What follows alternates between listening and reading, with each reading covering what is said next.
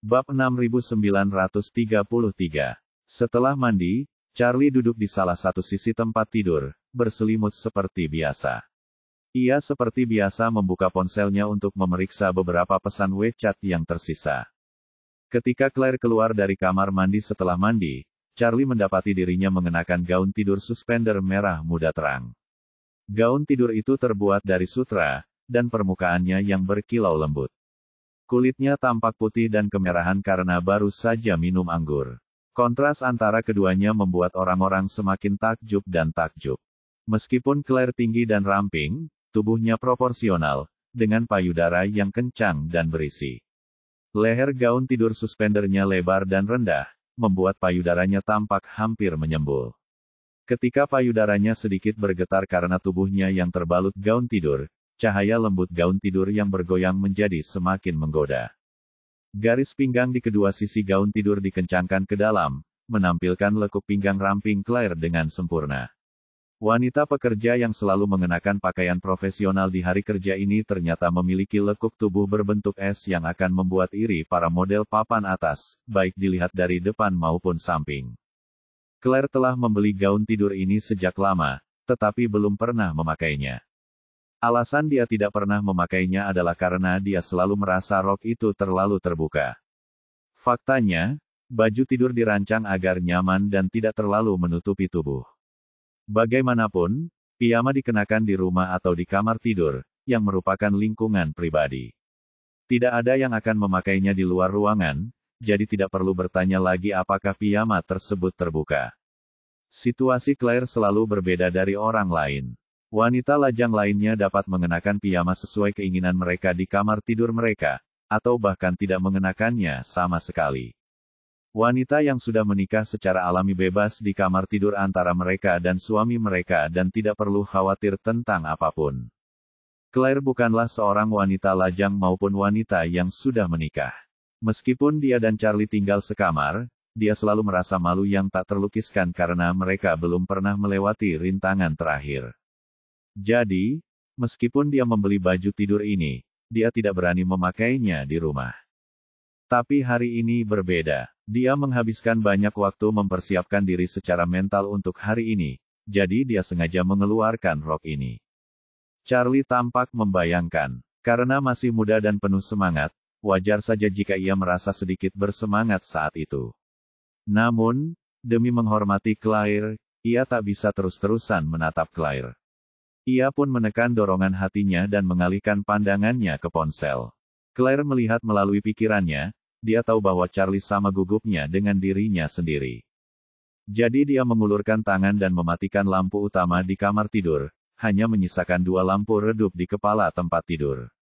Kemudian, dia berbaring ke tempat tidur dalam posisi miring, berbaring telentang, matanya yang indah menatap langit-langit tanpa berkedip. Beberapa menit kemudian, Charlie tiba-tiba merasa Claire mengangkat salah satu sudut selimutnya. Sebelum sempat sadar, Claire sudah masuk ke dalam selimutnya. Gaun tidur sutra Claire terasa dingin saat disentuh, tetapi kulit tubuhnya yang terbuka terasa sangat panas. Sentuhan ganda itu langsung membuat tubuh Charlie menegangkan. Dalam hidupnya, ia pernah 2 kali berhubungan dekat dengan perempuan. Pertama, saat ia hampir mati dan dijemput Maria Lynn dari pemandian air panas. Dan kedua, saat ia pingsan dan dipeluk erat oleh Helena. Karena keadaan khusus, dia sebenarnya tidak memiliki ingatan yang jelas tentang kedua momen itu. Namun, berbeda dengan Claire di sekitarnya saat ini.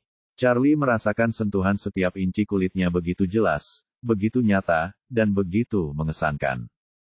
Dia tidak tahu motif Claire melakukan ini, tetapi tanpa sadar bertanya, "Istri, kamu, apa yang kamu?"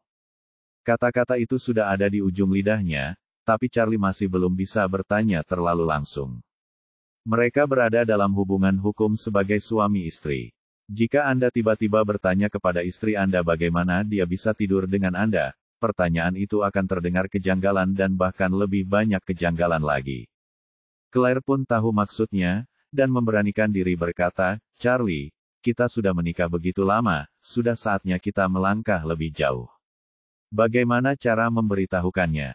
Charlie terkejut sekaligus gembira, lalu berkata dengan ragu, "Istriku, bukankah sebelumnya kamu pernah berkata bahwa kamu ingin meningkatkannya sedikit demi sedikit? Claire berkata dengan malu-malu, karena aku setuju menikah denganmu, seharusnya aku memang menikah denganmu. Hanya saja aku masih muda dan bodoh saat itu. Meskipun aku tidak menolak rencana kakek, aku selalu memiliki sedikit penolakan di hatiku. Itulah sebabnya kita mempertahankan hubungan yang tidak normal ini selama bertahun-tahun. Pada titik ini, ia menghela nafas dan berkata kepada Charlie dengan sangat serius, sebenarnya, aku sudah menyarankan sejak lama dan telah mempertimbangkan untuk mengubah situasi ini.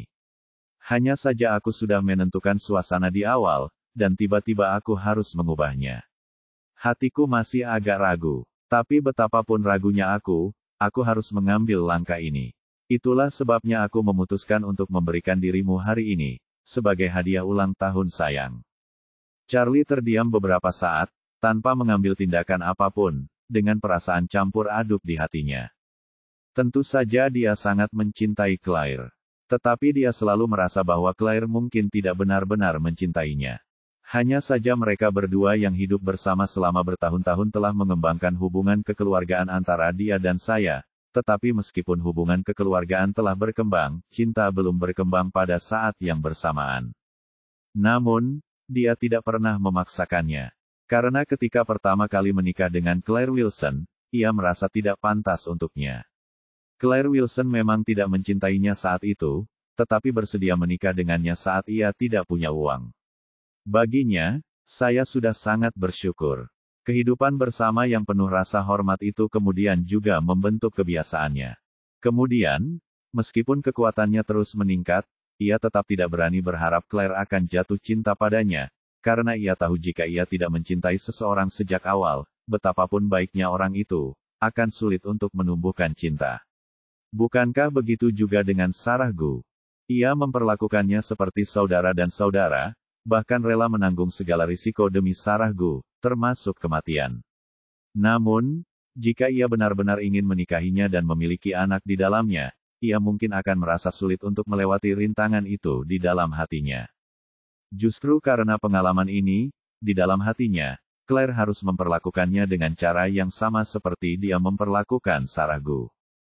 Namun ia tidak pernah menyangka bahwa di tahun ke-6 pernikahan mereka, tepatnya pada malam ulang tahunnya yang ke-29, Claire justru berinisiatif untuk berhubungan panas dengannya. Claire, yang berdiri di sana, melihat Charlie tidak bergerak sedikit pun saat ini, dan bertanya dengan perasaan bersalah, Charlie, apakah kamu selalu memperlakukanku seperti anggota keluarga saja? Tidak, Charlie langsung berkata, sejak kau menikah denganku, tidak peduli bagaimana kau menempatkanku di hatimu, di hatiku, aku telah menempatkanmu sebagai istriku. Claire merasa sedikit kesal dan bertanya, lalu kenapa kamu tidak bergerak sama sekali? Kalau kamu menunda lebih lama lagi, sudah lewat jam 12. Charlie tidak bisa tidak menyarankan, tetapi dia sedikit khawatir kalau Claire tidak 100% emosional, jadi dia tanpa sadar bertanya, istriku, kamu minum banyak anggur malam ini, apakah itu efek alkohol? Tidak, bantah Claire tegas, sambil berkata tiba-tiba, aku sudah membuat keputusan ini sebelum datang ke sini, kalau tidak aku tidak akan membawa baju tidur ini. Kita sudah menikah begitu lama, kapan kau pernah melihatku memakai pakaian terbuka seperti itu di depanmu? Charlie terdiam sejenak, lalu tersenyum bodoh dan berkata, kamu benar-benar belum memakainya. Claire sangat malu sehingga ia berseru, aku sudah mengambil inisiatif, dan kau masih ragu-ragu dan bertanya. Kalau aku tahu ini akan terjadi, aku tidak akan mengatakan apa-apa. Charlie tiba-tiba sadar dan segera memeluknya, lalu berkata dengan lembut, maafkan aku, sayang, ini semua salahku. Aku hanya takut kamu tidak membengkokkan mata matang dan mengambil keputusan terburu-buru yang akan kamu sesali nanti. Claire menatapnya dan berkata dengan suara kecil namun tegas, aku tidak menyesal menyerahkan diriku padamu. Jika aku benar-benar menyesal, itu karena aku membuat keputusan ini terlambat. Setelah selesai berbicara, ia menatap mata Charlie dan berkata dengan penuh emosi, suamiku, masa lalu sudah berlalu. Apapun yang kita lewati di masa lalu, yang harus kita lakukan hanyalah meraih masa kini, kan? Pada saat ini, Charlie menyadari bahwa keputusan Claire sudah dipertimbangkan dengan matang. Selain tersentuh, dia juga penuh nafsu terhadapnya.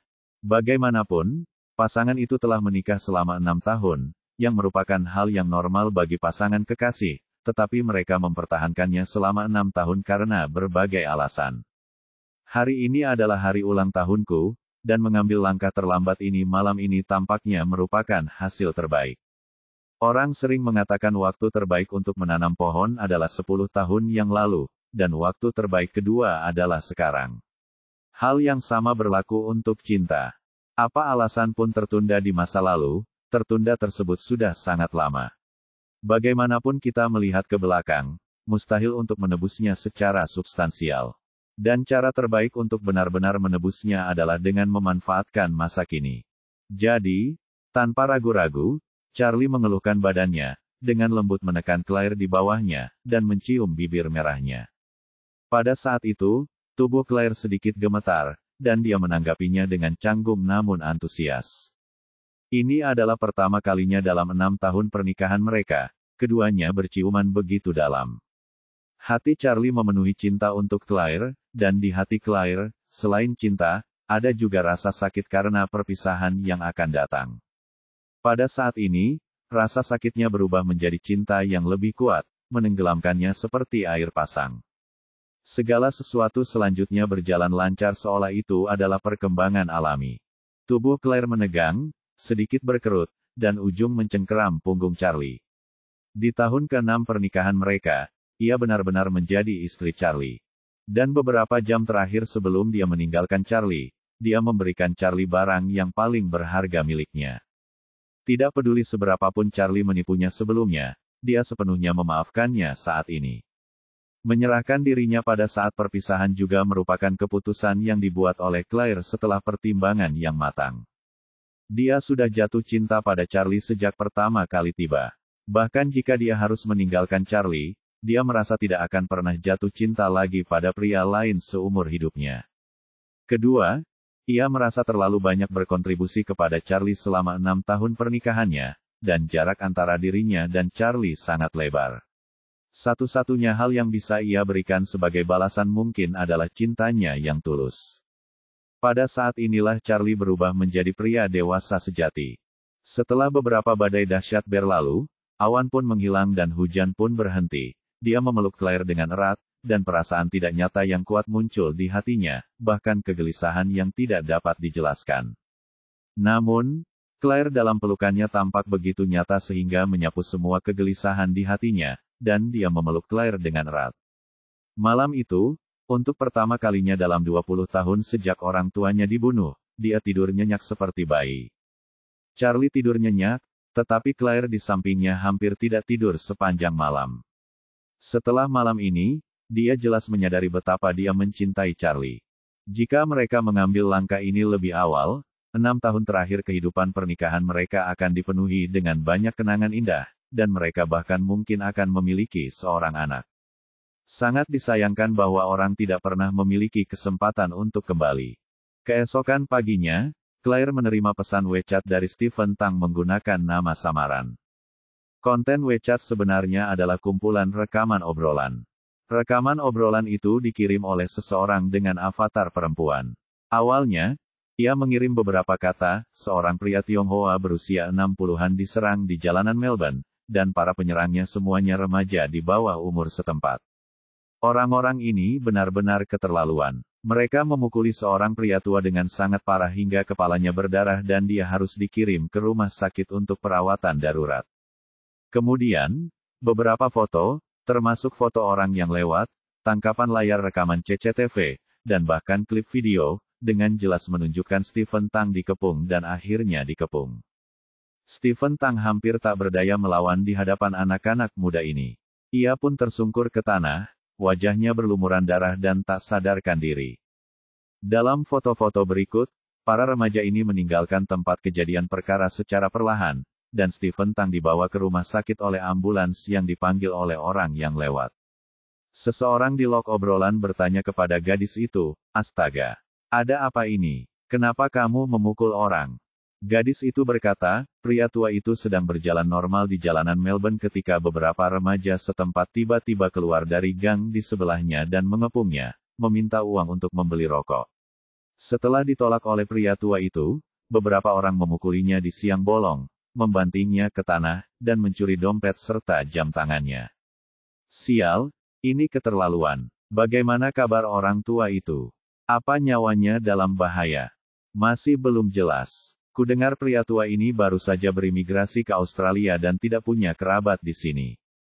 Kami, warga Tionghoa setempat, sedang mencari cara untuk menghubungi mereka guna meminta bantuan. Pengumpulan riwayat obrolan berakhir di sini. Claire terkejut karena ia melihat bahwa luka-luka Stephen Tang di foto dan video itu tidak terlihat palsu.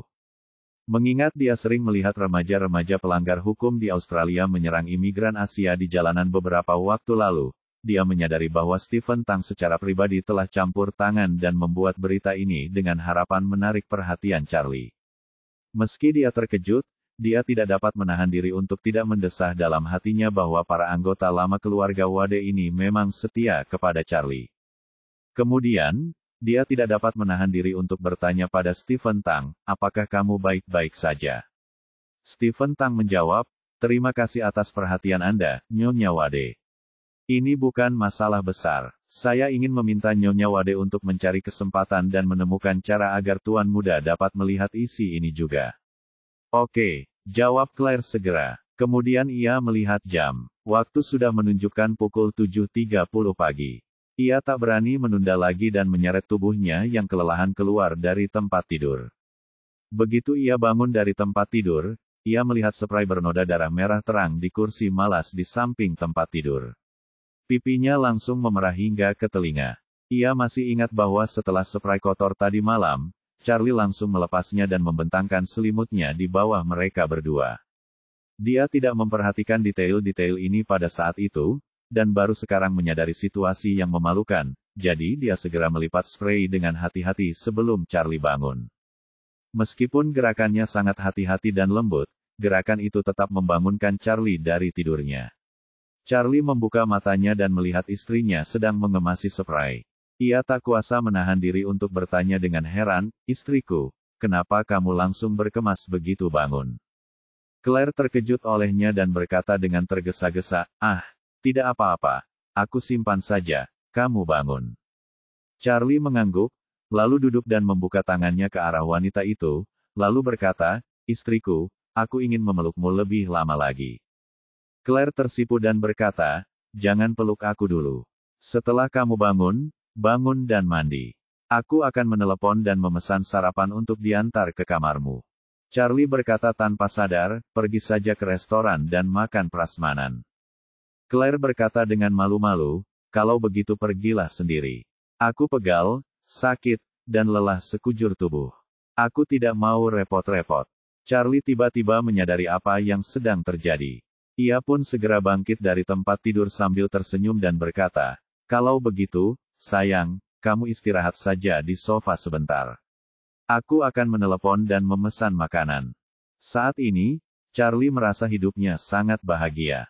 Perbaikan dalam hubungannya yang disebabkan oleh perubahan kualitatif ini sungguh menggemparkan. Setelah menelepon, pihak hotel segera mengantarkan kereta sarapan ke kamar. Keduanya duduk berhadapan di depan jendela besar tempat mereka makan kue tadi malam. Di luar jendela, tampak dunia putih.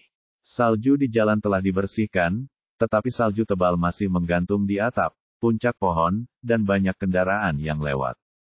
Cuaca yang tadinya agak menghangat, tiba-tiba turun beberapa derajat hari ini. Charlie menghela napas, dingin sekali, sepertinya tidak banyak yang bisa dilakukan di East Cliff. Bagaimana kalau kita pulang lebih awal? Claire mengerutkan bibirnya dan mengangguk pelan, lalu berkata, aku tak keberatan dengan apapun. Aku akan mendengarkanmu. Sambil berbicara, dia mulai memainkan ponselnya secara tidak wajar.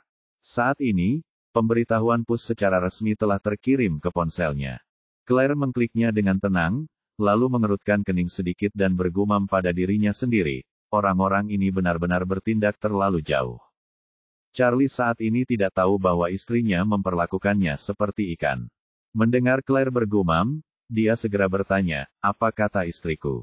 Kelompok pria mana yang kelewat batas? Claire berkata dengan marah, seorang teman saya yang bekerja di Australia mengirimi saya beberapa tangkapan layar obrolan. Beberapa remaja di Melbourne, Australia, memukuli seorang pria tua Tionghoa setempat. Mereka memukulinya dengan cukup parah. Intinya, dia tidak melakukan apa-apa, dia hanya berjalan melewati mereka dan mereka memukulinya. Charlie tidak menanggapinya dengan serius dan mendesah, oh, bagaimana ia menjelaskannya. Meskipun kaum kiri kulit putih di Eropa, Amerika, dan Australia selalu menyerukan anti-diskriminasi rasial, perundungan rasial masih ada. Hal ini terutama terjadi di kalangan remaja yang tidak berpendidikan. Kebencian anti-Asia tersebar luas di antara kelompok ini.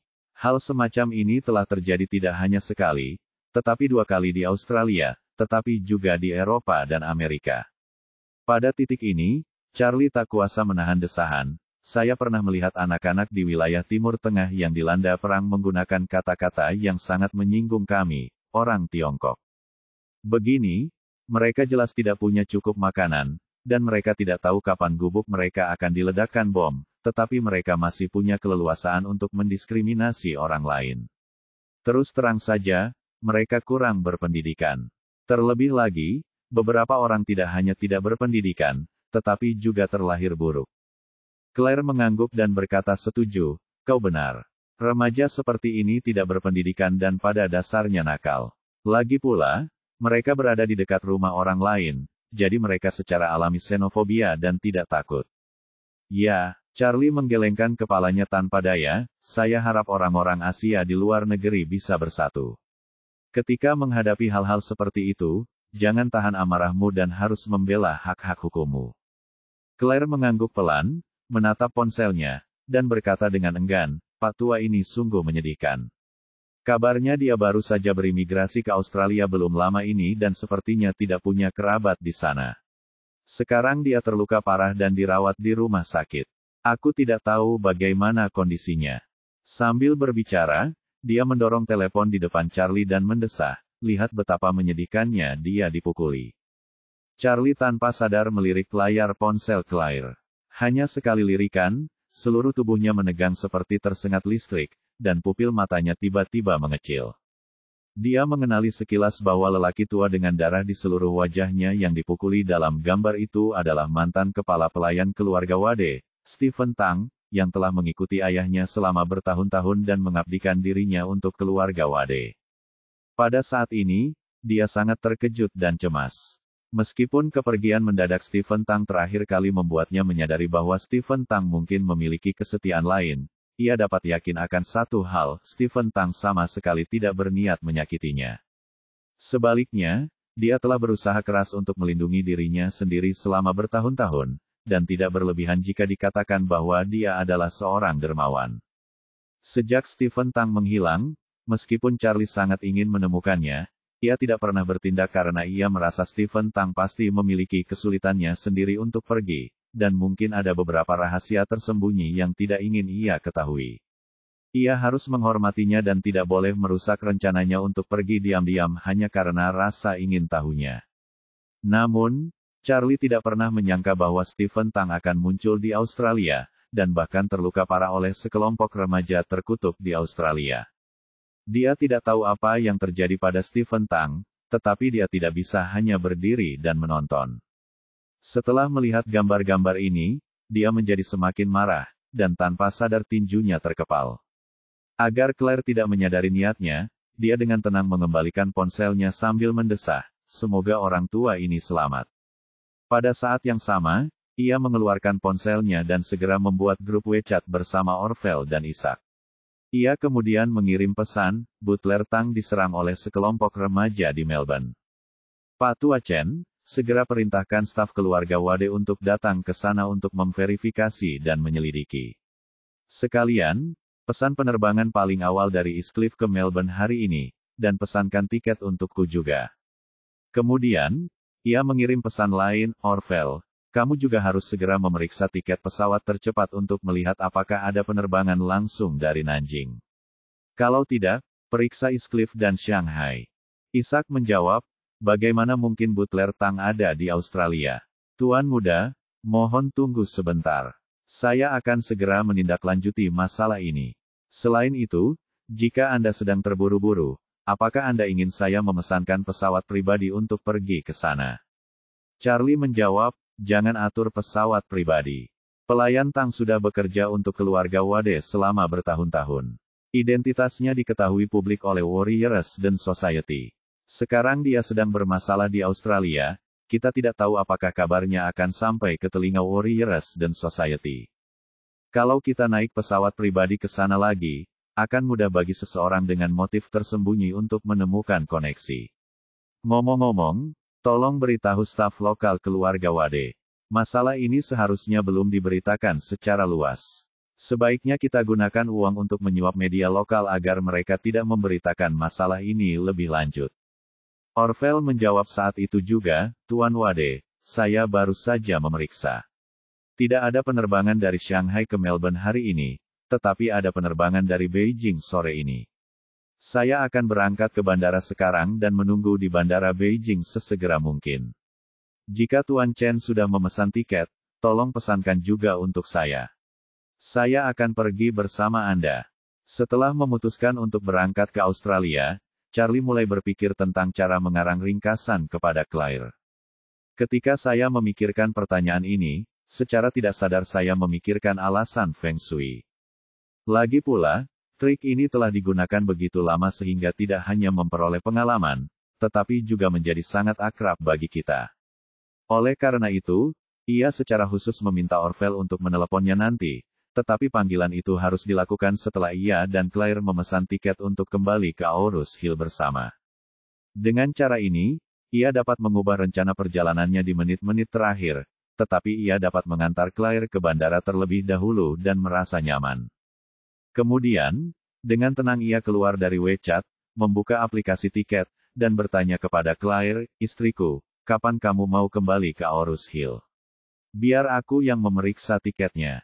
Claire sedikit terkejut. Ia mengira setelah Charlie mengetahui Stephen Tang dalam masalah, ia akan membayangkan bahwa ia harus keluar sebentar lagi.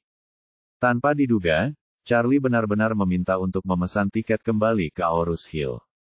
Dia ingin bertanya pada Charlie apakah dia akan kembali sendirian atau bersama-sama, tetapi setelah bersinggungan dengan hati-hati, dia menyadari bahwa dia tidak bisa mengatakan itu, karena itu akan mengungkapkan identitasnya. Jadi, dia dengan santai berkata, aku tidak masalah. Kamu mau pulang hari ini, kan? Lalu kita bisa check out siang ini dan pergi ke bandara. Kamu bisa pesan tiketnya, lagi pula tiketnya banyak. Charlie melihat-lihat informasi penerbangan dan berkata dengan tenang, istri, bagaimana kalau yang jam 3 sore? Penerbangan ke Melbourne baru akan berangkat pukul 17.30. Charlie bisa mengantar istrinya ke bandara terlebih dahulu. Setelah memastikan istrinya sudah dalam penerbangan kembali ke Aurus Hill, ia bisa melewati pemeriksaan keamanan bandara dan bea cukai, lalu naik pesawat ke Melbourne. Claire tidak tahu apa yang sedang direncanakan Charlie, tetapi dia tahu karakter Charlie. Ketika Stephen Tang mendapat masalah, Charlie tidak bisa hanya berdiam diri, jadi dia pasti mencari kesempatan yang tepat untuk pergi ke Melbourne. Maka dia berkata kepada Charlie, jam 3 adalah waktu yang tepat. Itu tidak akan menunda makan malam kita saat kita pulang. Sayang, tolong pesan tiket pesawat ini. Oke, Charlie menghela napas lega dan memesan tiket pesawat terlebih dahulu. Siang harinya, pasangan itu makan siang di hotel terlebih dahulu dan kemudian naik taksi ke bandara. Baik mencetak boarding pass, melewati pemeriksaan keamanan, dan pergi ke ruang tunggu VIP maskapai untuk menunggu boarding. Pada saat ini, Orville memainkannya. Dia menelepon Charlie, dan segera bertanya dengan tidak sabar setelah panggilan tersambung, Tuan Wade, di mana Anda sekarang?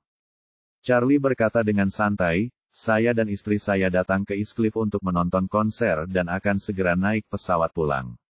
Apakah ada yang ingin Anda berbicara dengan saya? Orville segera berkata, Tuan Wade, seorang teman saya mengalami beberapa masalah dengan rumahnya di Barat Daya. Seluruh keluarga sedang mengalami masa sulit selama tahun baru, dan mereka ingin mencari seorang ahli Feng Shui untuk memeriksanya. Saya ingin tahu apakah Anda berkenan datang dan memeriksanya. Charlie berpura-pura malu, oh, sejujurnya, jadwalku akhir-akhir ini cukup padat, dan aku tidak berencana untuk membacakan Feng Shui untuk orang-orang untuk sementara waktu. Orvel memohon, Tuan Wade, orang ini adalah saudara angkat saya selama bertahun-tahun, dan hubungan kami sangat baik. Tolong bantu saya. Claire tepat di hadapannya. Melihat Charlie masih harus bertindak saat ini, dia tidak marah, tetapi merasa sedikit kasihan pada Charlie. Pasti sangat melelahkan bagi Charlie untuk menyembunyikan begitu banyak hal dari dirinya sendiri selama bertahun-tahun, dan menjaga emosinya serta mencegah dirinya memiliki gambaran apapun. Jadi, dia berbisik, sayang, apakah Tuan Hong minta bantuanmu? Charlie mengangguk. Dia menaikkan volume telepon, jadi wajar saja Claire mendengarnya. Claire memanfaatkan kesempatan itu untuk membujuknya, setuju saja dengan Tuan Hong. Dia biasanya sangat memperhatikan keluarga kita dan sangat menghormatimu. Lebih baik jangan menyentuh perasaannya dengan masalah sekecil ini. Charlie tidak menyangka Claire begitu masuk akal. Ia berpura-pura malu dan berkata, Orvel ada urusan mendesak dan harus pergi hari ini. Jika aku setuju, aku tidak akan bisa kembali ke Aurus Hill bersamamu. Tidak apa-apa. Claire tersenyum tipis dan berkata, aku akan pulang sendiri. Lagi pula hanya butuh 2 jam. Sesampainya di sana, aku bisa naik taksi atau minta ayah menjemputku. Kamu bisa mengurus urusanmu sendiri dan jangan khawatirkan aku.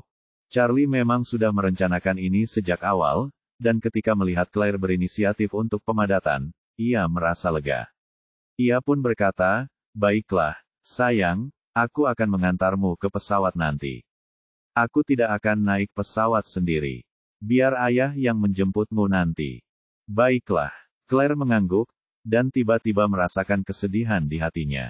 Awalnya, Stephen Tang berencana meninggalkan Eastcliff dan orang tuanya meninggalkan Aurus Hill, tetapi dia tidak menyangka Charlie akan mengantarnya naik pesawat. Sepertinya dia harus kembali ke Aurus Hill terlebih dahulu. Tapi apapun yang terjadi, begitu aku naik pesawat, aku akan mengucapkan selamat tinggal pada Charlie.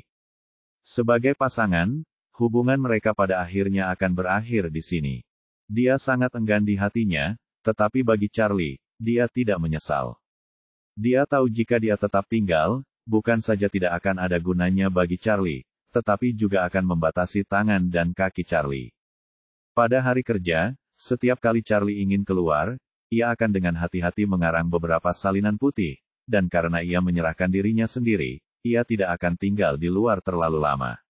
Banyak hal yang bisa dilakukan sekaligus, tetapi karena urusannya sendiri, ia mungkin harus bolak-balik beberapa kali dan mungkin membutuhkan waktu lama sebelum akhirnya selesai. Setelah aku pergi, dia tak akan terikat lagi dan bisa memfokuskan seluruh tenaganya untuk melakukan urusannya sendiri, meningkatkan kekuatan, membunuh musuh-musuhnya dan membalas dendam orang tuanya. Jadi, apapun yang terjadi, aku tidak bisa menahannya lagi. Sementara Claire merasa sangat sedih, Charlie tidak menyadari perubahan kecil pada istrinya. Ia segera memberitahu Isaac dan Orvel di WeChat bahwa ia telah mengatur semuanya dan akan menemui mereka di bandara sore nanti. Tak lama kemudian, seorang petugas ruang tunggu VIP mendekati mereka dan berkata, Tuan Wade, Nona Claire, penerbangan kami sudah mulai berangkat.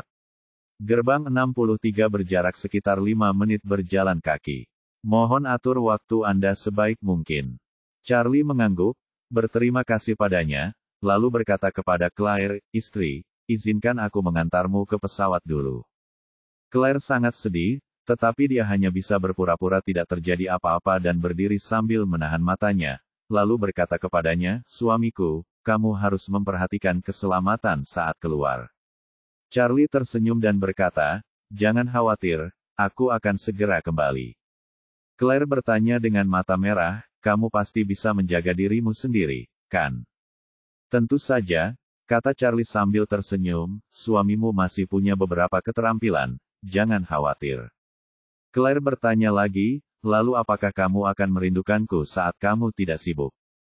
Tentu saja. Claire berkata dengan sungguh-sungguh, kamu harus melakukan apa yang kamu katakan. Demi Claire, dia bisa meninggalkan Charlie, tapi dia tidak ingin Charlie melupakannya. Charlie belum pernah melihat Claire sesentimental ini, dan sempat merasa aneh. Namun, setelah dipikir-pikir lagi, Claire baru saja menjadi istrinya. Wajar bagi seorang gadis untuk menjadi sentimental setelah memberinya sesuatu yang paling berharga. Maka, ia memeluk Claire dengan lembut dan berjanji, "Jangan khawatir, sayang, sesibuk apapun aku akan merindukanmu. Tunggu aku kembali. Kalau kamu rinduku, kirim aku WeChat atau video." Claire tidak dapat menahan air matanya, dan air matanya mengalir keluar dalam sekejap. Namun, agar Charlie tidak curiga, ia hanya bisa menangis, tertawa, dan berbisik, "Aku baru saja membiarkanmu sukses kemarin, dan kau akan pergi hari ini. Aku benar-benar enggan melepaskanmu." Charlie sengaja bertanya padanya, "Hanya saja kamu tidak sanggup melepaskannya?" Claire terkejut saat itu, lalu menyadari apa yang sedang terjadi. Ia berkata dengan malu-malu, Bagaimana kau tiba-tiba menjadi orang jahat seperti ini?" Charlie merasa dirugikan, "Tidak mungkin, aku tidak mengatakan apa-apa." "Kau masih saja bilang tidak," gumam Claire, "meskipun aku tidak punya banyak pengalaman, aku bukan orang bodoh." Melihat dirinya terekspos, Charlie tidak membuat alasan, tapi hanya tertawa. Claire sebenarnya tidak marah, jadi melihat Charlie mengalah, dia tidak melanjutkan masalah itu. Ia hanya memeluk Charlie erat-erat dan berkata dengan enggan, singkatnya, "Jaga dirimu saat keluar. Kapanpun, kesehatan fisik dan keselamatan pribadi adalah yang terpenting, oke?" "Oke," Charlie langsung setuju. Merasa Claire enggan meninggalkannya, ia terharu dan berkata, "Aku akan segera kembali setelah urusanku selesai." Di pintu keberangkatan untuk penerbangan ke Aurus Hill, Charlie memeluk Claire dan memperhatikannya berjalan masuk, sambil menoleh ke belakang setiap beberapa langkah. Pada saat ini, Charlie tidak sedih, tetapi hanya merasa emosional. "Saya merasa ini adalah hubungan sejati antara suami dan istri." Setelah melewati tahap itu, segalanya berubah drastis. Claire bukan lagi wanita kalem yang selalu pendiam. Ia telah menjadi wanita manis yang bergantung pada orang lain dan bahkan menunjukkan keengganan yang kuat untuk pergi setelah perpisahan singkat, bahkan ingin menangis. Namun, dia belum tahu bahwa semua yang disangkanya itu sebenarnya adalah rahasia tersembunyi. Saat Claire berbalik dan berjalan memasuki jembatan keberangkatan, dia tidak dapat menahan tangisnya. Namun dia tidak berani menghapusnya, karena dia takut Charlie akan melihatnya dari belakang dan menduga ada sesuatu yang salah dengannya. Ketika ia berbelok di tikungan dan memasuki bagian menurun jembatan jet, dengan pintu kabin yang hampir terbuka, ia tak lagi mampu mengendalikan emosinya. Ia berjalan seperti zombie, menangis terseduh-seduh. Kepala awak kabin dan dua pramugari berada di pintu kabin menyambut penumpang kelas bisnis yang naik lebih dulu. Mereka sudah memiliki informasi setiap penumpang kelas bisnis. Pesawat berbadan sempit ini hanya memiliki 8 kursi di kelas bisnis, dan 5 di antaranya terjual kali ini. 2 di antaranya perempuan, 1 Claire, dan 1 lagi seorang gadis berusia 6 tahun. Oleh karena itu, pramugari menggunakan proses eliminasi untuk mengetahui bahwa penumpang wanita yang berjalan ke arah mereka dengan air mata di seluruh wajahnya adalah Claire. Maka, pramugari segera menghampirinya dan bertanya dengan khawatir, "Nona Claire, ada apa? Apakah Anda merasa tidak enak badan? Apakah Anda ingin kami menghubungi bandara?" Claire menyeka air matanya dengan panik dan menggelengkan kepalanya berulang kali, "Tidak, terima kasih." Pramugari mengantarnya ke tempat duduknya tanpa berkata apa-apa. Lalu ia bertanya, "Nona Claire, Anda ingin minum sesuatu?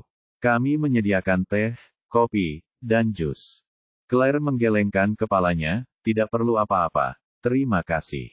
Kepala bagian keuangan mengangguk dan berkata, "Kalau begitu, silakan panggil saya jika Anda membutuhkan sesuatu."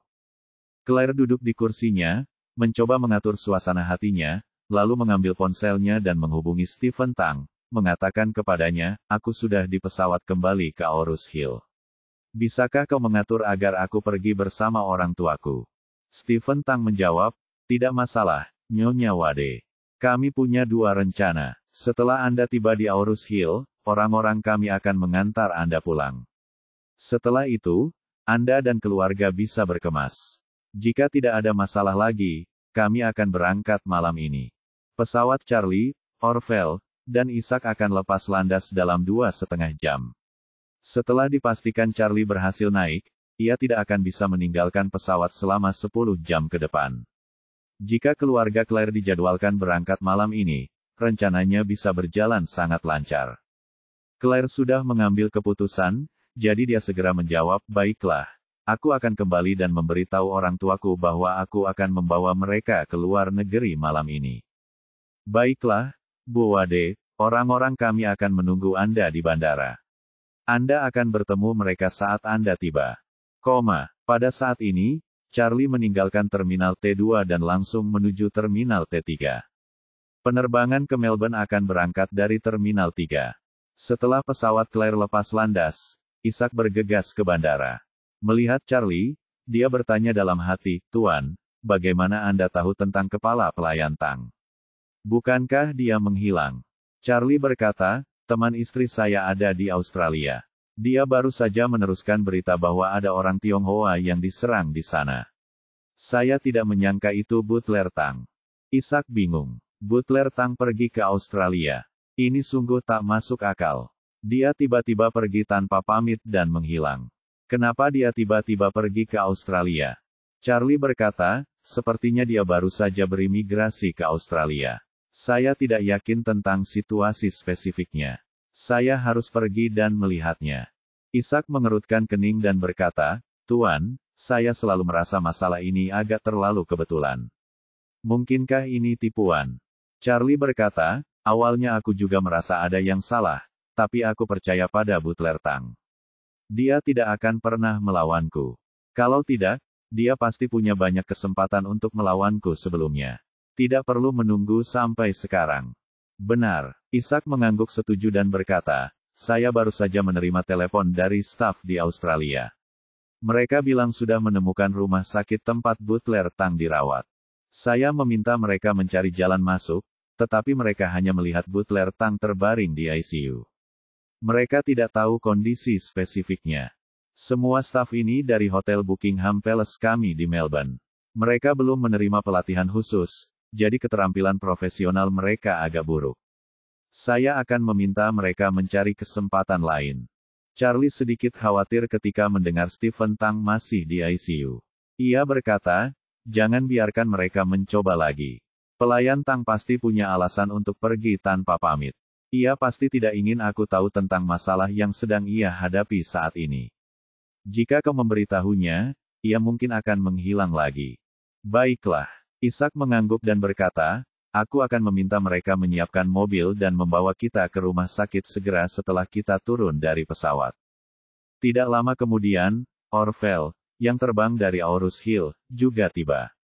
Seperti Charlie, dia langsung bergegas ke Terminal T3 untuk menemui Charlie setelah turun dari pesawat.